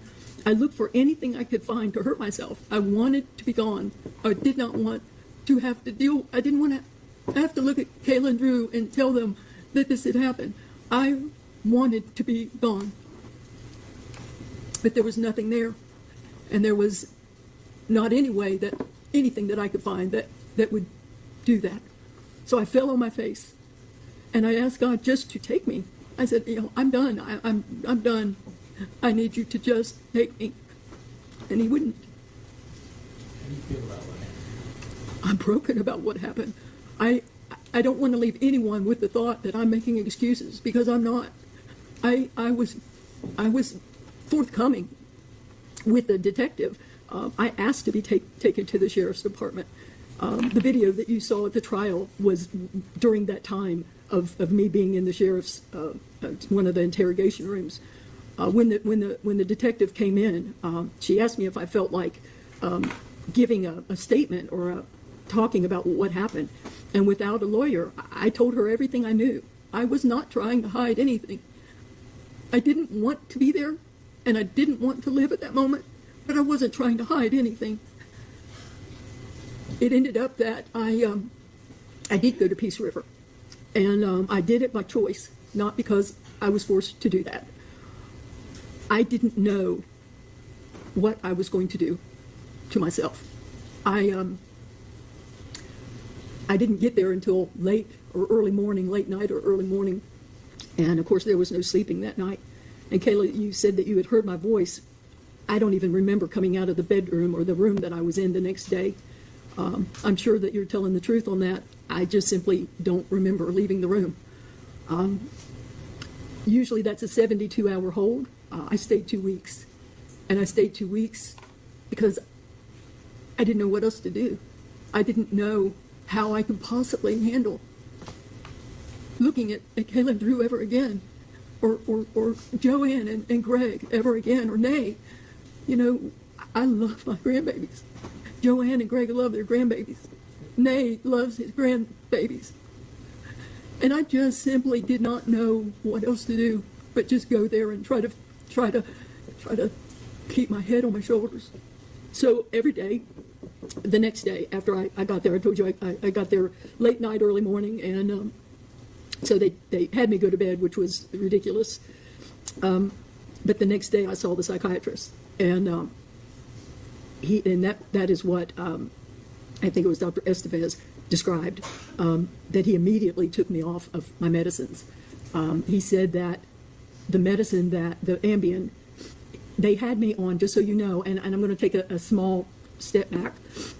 Drew, I don't know if you remember you coming into your house the day that I was sitting at your house. Kayla had asked me to come over, and I was sitting at your house, and I just was watching her at the house. And you came in maybe around 12:30 or 1 o'clock. And I got her settled, and I walked over to you, and I said, we haven't talked about Ezra. And I don't want to talk to you until you feel ready to talk. And when you feel ready to talk, please let me know, and I'll tell you anything you want to know. And then Kayla got up from her nap, and she came out, and I said the same thing to you. I said, I told Drew what I just said, and I don't know that you're ready to hear it yet. Officer Martin told me that there were no charges for Ezra that day. That's why he came home. That's why I went to my room. I told you that. You were taking a nap that day because you had asked me to come by and just sit with her that day. And when you came out, I said to you, I spoke to Drew, and I told him that whenever you guys were ready to talk about Ezra, that I would do that. And I never heard back from either of you. So I wasn't avoiding talking with you. I was waiting on you to tell me you were ready to talk. And that's what I'm going to understand. Okay.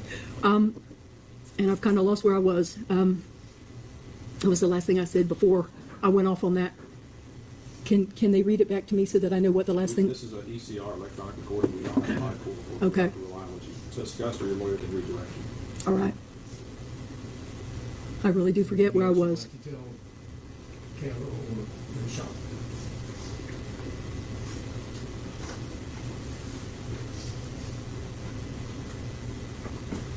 I think that you have the impression that I have not grieved and that I have not cared about your children. Drew, I particularly picked that up from you, and that could not be farther from the truth. After she was gone, I stayed in bed for what felt like weeks. I didn't eat. I didn't care if I ate. I didn't take care of my physical being. I didn't want to go outside. I would tell Nate over and over, I know that you want to fix something for dinner, but I just don't care. I just don't care. And I was like that a long time until finally I decided I had to do something about it. And the courts were good enough to allow me to go to Blackberry. Blackberry was an alcohol, drug, and trauma center, and I was there for trauma, and I was there 7 weeks. So I spent 2 weeks at Peace River and 7 weeks at Blackberry. It did help because I saw a psychiatrist every day, a psychologist, or a therapist. I saw one of the two of them every day. My fear in just going straight into some sort of counseling was that if I ever opened that box and then didn't see somebody for another week, I would never have been able to handle that. But after 7 weeks of intensive attention and therapy, when I got home, I began therapy every Friday until actually the Friday before trial. So for almost 2 years, trying to wrap my head around it, trying to. Does that help you? It has helped me. You're able to sit here today and at least somewhat talk about it without. What I find is when I ask to talk about it, I can do that with my head now. But the second I began to talk about Kayla or about Uriel or Ezra, I just, that's the trigger, and I just fall apart because I love them so much. And I want to just go on and make another comment that Drew said, that you hadn't even received an apology from me. You had not received an apology because I wasn't allowed to talk to you. I wasn't allowed to be close to you. But let me tell you something. I would give anything, including my life, if Uriel or Ezra or both of them could be here. And I mean that. I would give my life if they could be here. But that is not how God wanted that to be. And I can't explain it beyond that. But that's not how God wanted it to be. So I've got to figure out how to live. You know, I've got to figure out how to not hurt myself. I woke up even just 2 weeks ago. This has been 2 years and 4 months ago, and 3 years and 3 months ago for Ezra. But I woke up 2 weeks ago out of a dead sleep in the middle of the night. And the first thing, I sat up, and the first thing on my mind was, what can I do to hurt myself? What can I do to get out of this? What can I do? And I thought of all these different ways that I could hurt myself or die. I wanted to die because I would never hurt your babies on purpose. You've got to know that. You've got to know that. I just would never hurt them on purpose. I loved your babies. With all of my heart, I love your babies. So if I have to apologize, I mean, if I have the opportunity to say I'm sorry is so menial and insignificant. But maybe if I told you that I would literally lay my life down for them, maybe that would make the I'm sorry more meaningful. I would do that if it would bring them back. You've got to know that. And I am desperately, desperately sorry for the pain that you've endured, for the loss, Joanne and Greg, of your grandbabies, for Nay. You know, Nay has stepped up and he's done all the dirty work. He's done everything. And he's done it with grace and with strength. And he's not going to get to see his grandbabies either. I don't know what else to say. I could probably babble on, but the important thing is that you know that I wouldn't hurt your babies. I just wouldn't. I think I did leave a part out when we were talking about the car, and Caleb Shock put the car seat back behind my seat. I think I did say that though. That You couldn't see it. and I couldn't see them. Yes, I did say that. Okay.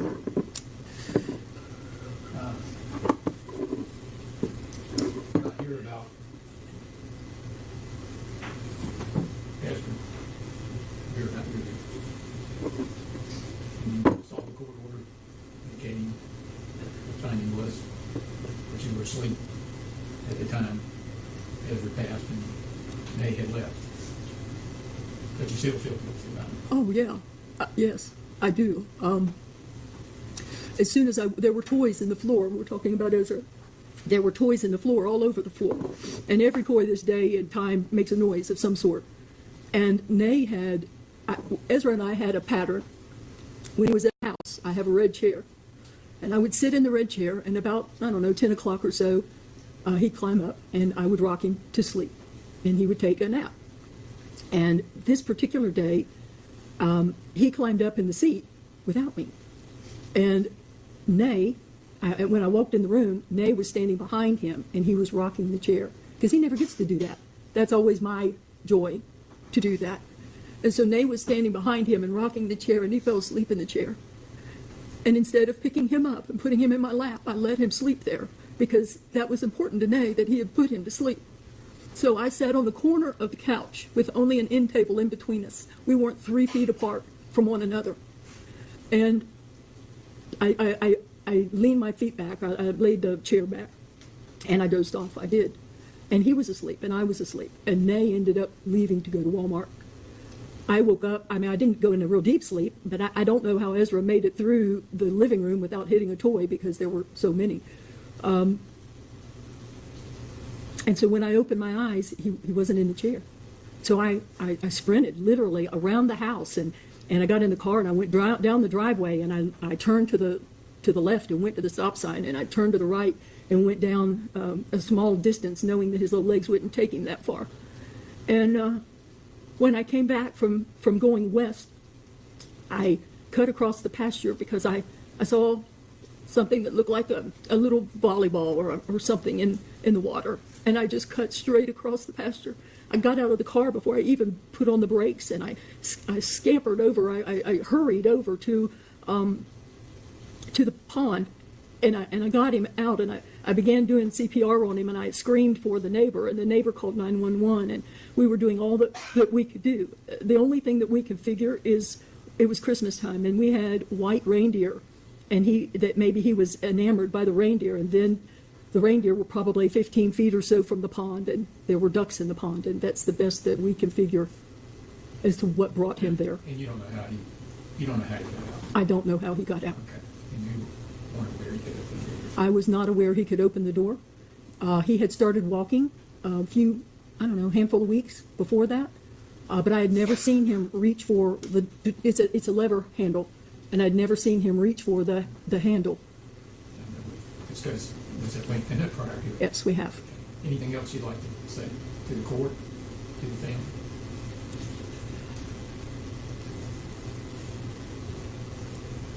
Your Honor, whatever your decision is, I want you to know that I'm already in prison. No one can do more to themselves than I have done to myself. I wake up every day and I think about it. I go to bed every night and I think about it. And I will do that until I draw my last breath.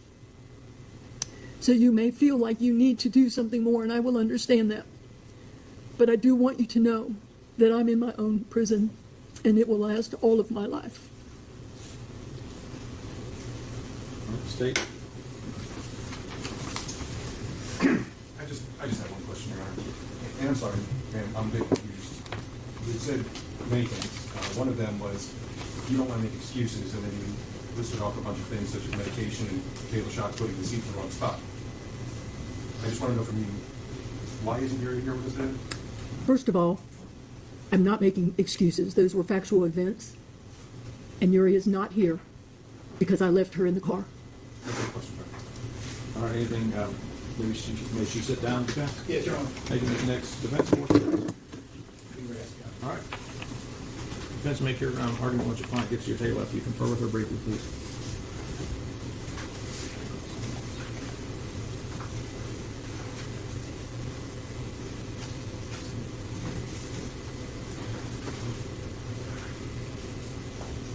Your Honor, where would you like me? Wherever you like. You can use the podium, either one. Thank you, Your Honor.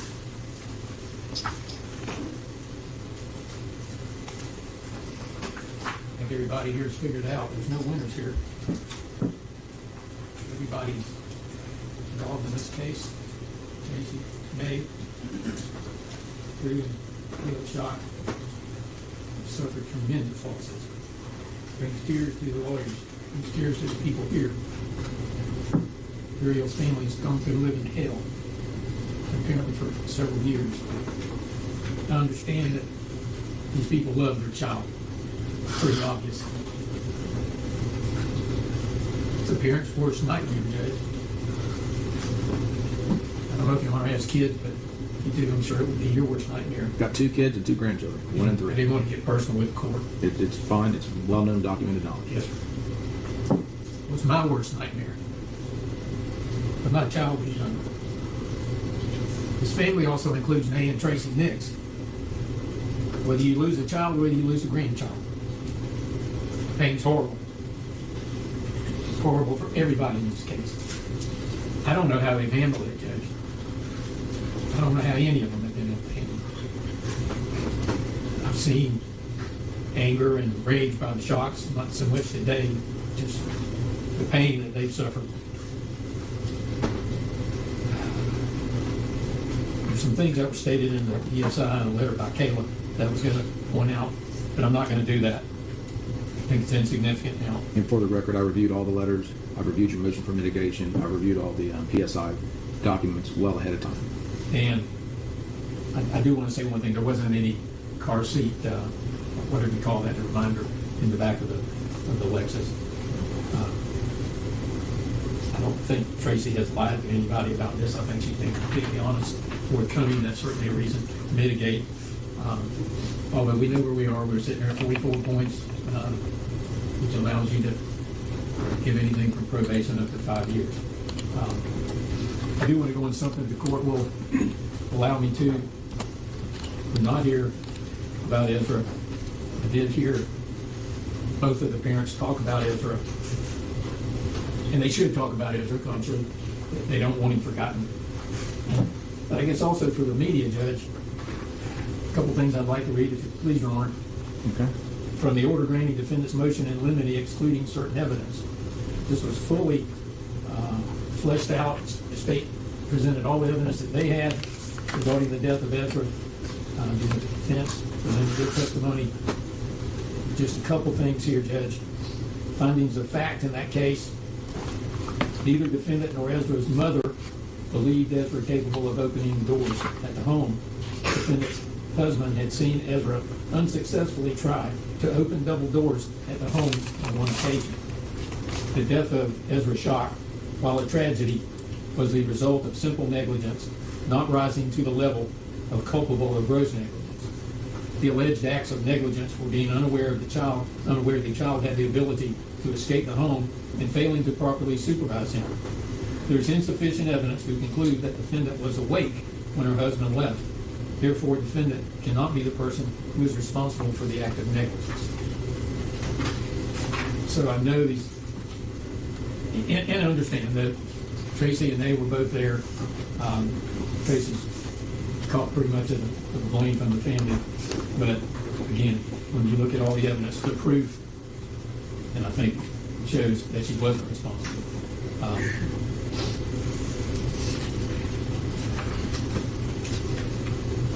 If it please Your Honor, indulge me.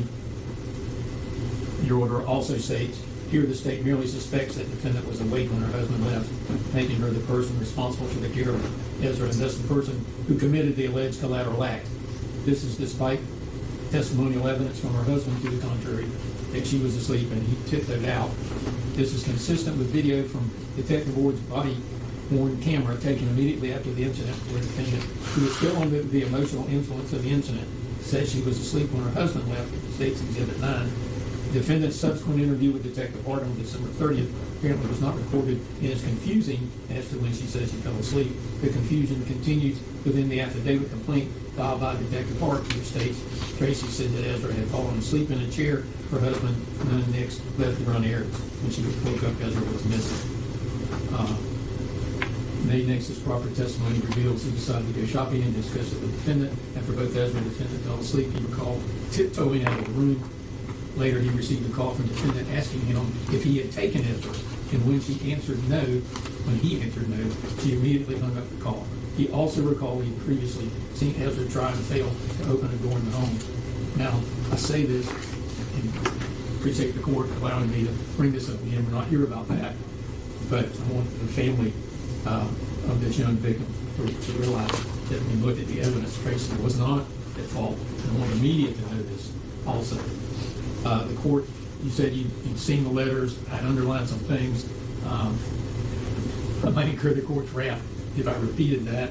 There were a lot of letters in support. Obviously, the court knows she's a good person. She did a lot in this community for over 40 years. She served this community both as a teacher and as a principal, and as a Sunday school teacher and an active member of her church. Obviously, the court knows she has no prior criminal record. The jury had found there was no culpable negligence here. Your Honor, in previous ruling, found that count 2 was strict liability. I never even argued count 2 in closing argument. There was nothing to argue. Obviously, we disagree, and reasonable people can disagree with respect to count 2 and whether there needs to be any type of intent there, but we'll save that for another day. We'll also say that Tracy is a wonderful person. This tragedy occurred, and we're not blaming anybody except when you're on medication, a medication like that, and we presented from a very, I say, renowned expert concerning the medication that she was on for a number of years was totally inappropriate. The Ambien was more than twice the dosage she should have been on, combined with the other medication. I'm surprised she did as well as she did on this medication. Again, she and the whole family, both Tracy Nick and the family, have suffered tremendously. She's always going to be haunted. The thought of suicide, and I can understand that, and I know you have grandkids, I have grandkids. Doing something to them would be not only doing it to them, but doing it to your child too. Just, I don't know how Tracy has been able to live with this other than the constant counseling that she's had. I'm going to ask the court to be fair, ask the court to use wisdom. This is very emotional. When the lawyer gets tears in his eyes, you know it's an emotional case. You're sitting at 44 points. I'm asking the court to look at all the facts, look at what Dr. Ezra said, the 5 reasons for punishment. And I'm going to ask the court to give her some jail time, some county jail time. If you think she needs probation, put her on probation with whatever terms and conditions that you think appropriate. I know she's going to want to see her grandkids who parents will allow her to see. And as Tracy said, we're leaving it in your hands, and I'll trust that you'll be fair. All right, thank you. All right, Ms. Nick's rise and come to the podium.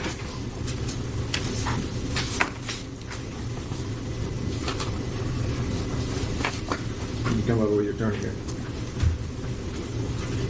I sat in this trial. I picked up this case. I started down here July 1. I picked up this case, and I did the motion for motion to limit. And I know exactly what I wrote and what I ruled. You can't use other crimes or acts to show bad character or propensity. They have to be clear and convincing. But it doesn't negate the fact, just because I didn't use that event did occur. And it was with 2 people there. It was with Mr. Nix and Mrs. Nix.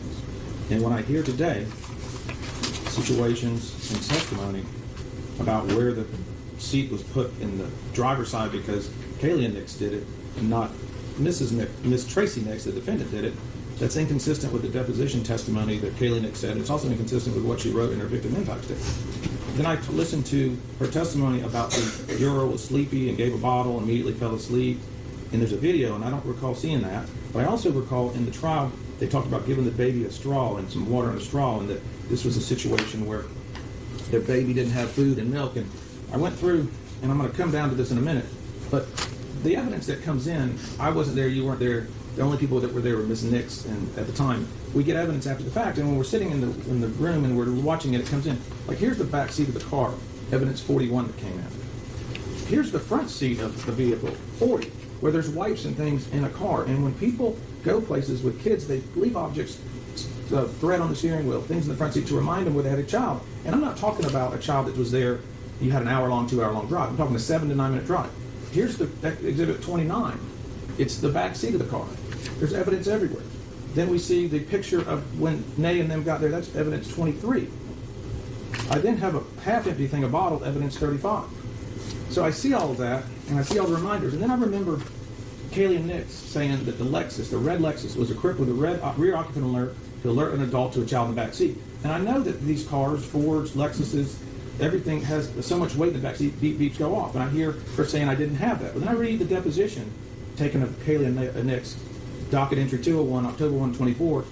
Do you know who put the car seat, page 32, line 5 to 7? Do you know who put the car seat into the car that day she picked up Uriel up at the glass shop? I do not. I do know it was her tendency to put the car seat in herself. Okay, Kaylee answered. She typically, whether I was standing there or not, would pick her up and set her in there. And then I would typically help reach over and strap her in. But a car has sensors, weight sensors. So that, just like my vehicle, whenever I stop and put it in park and turn it off, there's a loud ding that says, check your back seat if there's weight in the seat. And so those are things that I'm aware of that were in a vehicle. So when she put her in there, I did not imagine that I had any other staff assist her in the moment putting her car seat. Did she normally put the car seat behind the passenger or driver's seat? I have her telling me it was in the driver's seat because Kaylee did it, and I have Kaylee saying that it was typically in the driver's seat. And then I have these tendencies and these things that I see that show that there's a baby in the car. And let's not forget that we just left Beefville Brady's. This child was the apple of everyone's eye there. I've been to the Beefville Brady's. I've had lunch there. There's a lengthy video. There's a video of the car in the parking lot. At the end of the day, Kaylee Shock presented this evidence to me through her testimony, her victim impact statement, and her the deposition. The defense has presented to me the witnesses and the evidence. What I know for a fact is Tracy Nick left Uriel in the car at 2 p.m. for over 3 hours. At no time during the 10,800 seconds that elapsed did she think 1 second about her granddaughter. Uriel Shock was there for 2.5 hours with her that day, and she just saw her 7 to 9 minutes before, and then she goes to the residence 7 to 9 minutes away. This child, like I said earlier, was the apple of everybody's eye. It captivated, entertained the patrons and the people at Beefville Brady's, much like a 7-month-old does, a year-old does, a 2-year-old, a 3-year-old does. You know what you're doing with them, and in 7 to 9 minutes, by golly, you know where that child is. And anything to the contrary, and any excuse to the contrary, is just that. I heard and saw the body cam footage along with the interrogation room video of Tracy Nick immediately discovering what happened after she has a grandchild passed away. She was distraught. I don't believe there's a lot of remorse in that about her grandchild suffering and death. Rather, I see her more concerned with the community image and the death of the child. I want to leave. I want to go away. I want to do this. I want to do this. I want to do this. And I hear today the evidence and the testimony, and I get a little more remorse on that, but is it truly remorse? Tracy Nick, throughout these proceedings, has contended these acts are involuntary. She couldn't form the requisite intent to commit a crime. Her narrative is that she forgot because of senility or by taking her prescribed mind-altering medications. There's no credible evidence to the court that's persuaded this court to mitigate her sentence as the attorneys have requested. This defendant, like many other defendants facing prison sanctions before, is trying to avoid or lessen a prison sentence once arrested and after a jury finds him guilty. They justify what happened rather than accepting blame and truly evidencing remorse. I have practiced law for 30 years. I've sat on this bench for over 3.5 years. I've met my share of people in the Florida state prison system, the federal system, and I understand that they minimize their conduct and they also don't accept responsibility. And that's how it is. And there's a pile of them down at Hardy Correctional that will tell you the same stories that I heard here today. The ultimate determination of when we do a case, and I excluded the evidence of the experts on the defense side. It's when you look at whether a defendant is competent to proceed, it's my determination in state court, in a trial court. Under the Dougherty v. State case, 149 Southern 3rd, 672 at 678, the trial court is not bound by the reports or opinion of experts. The defense in this case never afforded nor volunteered Tracy Nick to the state of Florida to have her evaluated by its own experts, so the state of Florida, the citizens of Florida, were denied the right to contest the evaluation and procedures and conclusions of the Tracy Nick's retained, hired experts. They all say we're here for our time. They come in here, they get paid, they give their opinion. They give their opinion. If it's valid for the defense, they testify. If it's not valid for the defense, they don't testify. I heard this man's testimony. In a competency or an insanity case, the state has the right to contest the evaluation procedures and conclusions of the court-appointed experts. Had she alleged incompetence or not guilty by reason of insanity, the state of Florida and all the citizens would have the state would have the ability to hire its own experts to evaluate her mental and physical claims. The state was not afforded that here. And that's why we have a 35-year-old law that says you can't bring in diminished capacity. I ruled on that. I'm not going to revisit that ruling. The state, as a representative body for the citizens of Florida, has a right to a fair determination and meaningful opportunity to be heard to conduct its own review of Tracy Nick. All of her defense experts were hired for their time and to defend her. They had unbridled access to her so they could present their opinions to the court. What I noticed was there was no, what did the MRI finding say? I don't know. I wasn't given that. There are many tests that mental health experts can perform and routinely do perform on criminal defendants to determine if a criminal defendant is falsifying or exaggerating facts or symptoms. There's called malingering. There's no medical records nor testimony presented to this court that she suffers from Alzheimer's, dementia, or senility November 1 of 2022. None of the defense experts have testified they tested Tracy Nick for malingering or confabulation. They simply say, trust us, we are experts. The court declines to do that. In Florida, the term for imprisonment for a second-degree felony is up to 15 years in prison. First degree is up to 30 years. Life is up to a defendant's life. And in a capital case, I can sentence somebody to death if the aggravating factors exceed the mitigating factors. In this case, Tracy Nick has been found guilty of a third-degree felony, punishable by a maximum of 5 years in Florida State Prison. On January 15, 2025, a jury found the defendant guilty of one count of leaving a child in a motor vehicle in excess of 15 minutes, causing great bodily harm, but in reality causing death, and not guilty of one count of aggravated manslaughter. I've already gone over what I've talked about with Rule 3.704D9 about the victim injury points. Her score sheet is 44 points. Under Florida law, the maximum sentence I can impose for Tracy Nick is 60 months or 5 years in Florida State Prison. For me, as a trial court, to impose a departure sentence, it's a two-step process under Banks v. State, 732 Southern 2nd, 1065, 1067. First, I must determine whether I can depart. That is, whether a legal basis exists with a departure sentence that has been established by a preponderance of the evidence. Two, even if a valid and supported legal ground exists to permit a departure sentence, the trial court must still determine whether it should depart and whether a departure sentence is the best sentencing option in a given case. Two facts the defense argued in their motion to mitigate. 9, that Tracy cooperated with the state of Florida to resolve the offenses she was charged with on November 1, 2022. The court finds that not to be the case here. Tracy Nick did not cooperate. There's no competent, substantial evidence that the crime she was charged with was resolved as a result of her cooperation. To the contrary, she investigated it, she went to trial, she didn't enter a plea to count 2, and she didn't cooperate with law enforcement or the state prosecutor. The second ground they sought mitigation is 10, which is an unsophisticated, isolated incident. There's 3 elements that must be proven by the defendant when you raise that mitigation, not 1 or 2. Number 1, Tracy Nick has to prove to the court that the offense was committed in an unsophisticated manner. Number 2, it was an isolated incident, and she has shown remorse. All 3 elements have to be proved. You can't prove 1 or 2, all 3. Tracy Nick and her husband had the 17-month Ezra at their home, who died 11 months earlier.